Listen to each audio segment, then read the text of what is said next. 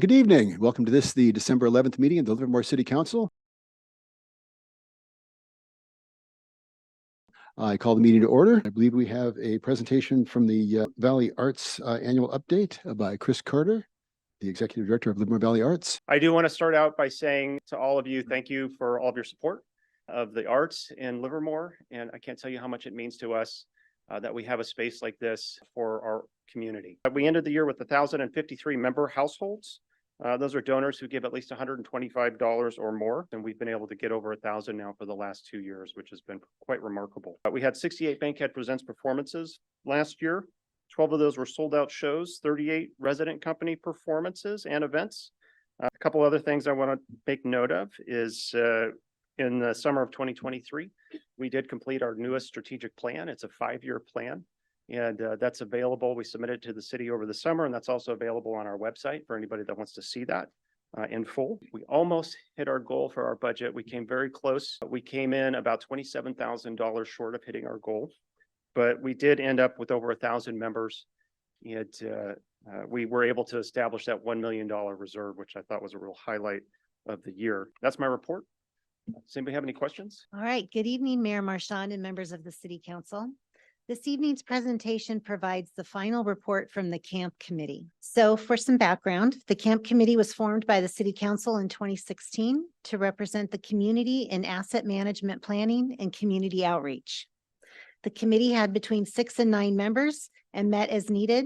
The final meeting was held on August 23rd, 2023. The committee's accomplishments include provided perspective and input to help guide staff on asset management strategies and attended public outreach events, successfully completed the review and approval of several asset fact sheets, championed the asset management geocache interactive game, which won 2 Capio Awards for most innovative communications. And the city would like to thank the committee members for their contribution to the asset management program. We might have some in the audience. So what's next for asset management?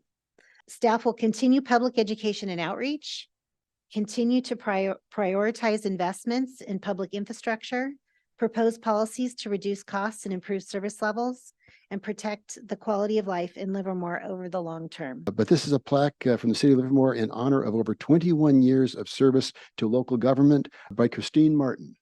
She is recognized for outstanding dedication and commitment to the Livermore community. So thank you very much for the great work that you did. And just a couple of things. As you all know, I have been with the city for, feels like 18 months or so. And Christine certainly was instrumental in transitioning me to this role from my long-term predecessor, who's here watching us, Mark Roberts in the audience.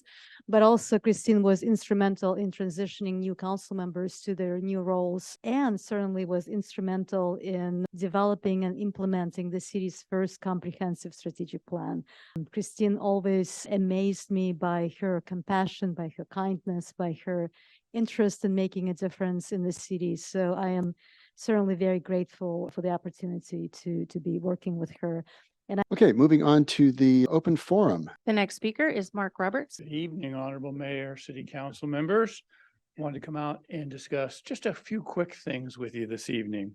The first is to congratulate Assistant City Manager Christine Martin and Planning Manager Steve Stewart on their retirements, each having performed for the city for more than 20 years. Their contributions have been dramatic to the quality of life here in the city, and I know I will miss them, and many people will miss the things that they did for the city. So thank you both for your contributions over that long period of time to those of us who are residents here. Second is to congratulate Community Development Director Paul Spence on his promotion to Assistant City Manager. Paul, congratulations. Next, I wanted to talk about a couple of items related to my current role as the president of the LARPD Foundation. So the LARPD Foundation is a 501c3, so that's a nonprofit. And we provide recreation and wellness opportunities for the underserved in our community, as well as funds for projects that enhance parks and open space. Finally, if you're looking for that great idea for a gift at the end of the year, a membership in the LARPD Foundation costs $100, provides you a parking pass to Sycamore Grove. Finally, as a local resident, I wanted to thank you all, staff, and all of you elected officials for your contributions to the city, all of the hard work that you do, and wish you a happy holiday season. Thank you very much. Moving on to the consent calendar. These are typically passed with one motion, being routine in nature. Do I have a motion? I'll move the consent calendar. I'll second. Moved by Councilmember Carling, seconded by Vice Mayor Kick. Any discussion on the motion? All in favor? Aye. Any opposed? Passed unanimously. Thank you. Good evening, Honorable Mayor, members of the City Council. I'm Benny Stuth, the Acting Airports Manager, here with Judy Erlinson, the Acting Public Works Director. We have before you item 7.1, which is the airport minimum standards for commercial activity update for the provision of unleaded fuel. Currently at Livermore Airport, we have one fixed-based operator who is exclusively selling the fuel at Livermore Airport. They currently sell 100 low lead fuel, which is a leaded fuel, and Jet A, which is a kerosene-based fuel. So why are we here? Livermore Airport the transition to unleaded fuel really is stemming from the EPA's determination endangerment finding, where they have found that lead emissions from aviation fuel poses a risk to public health.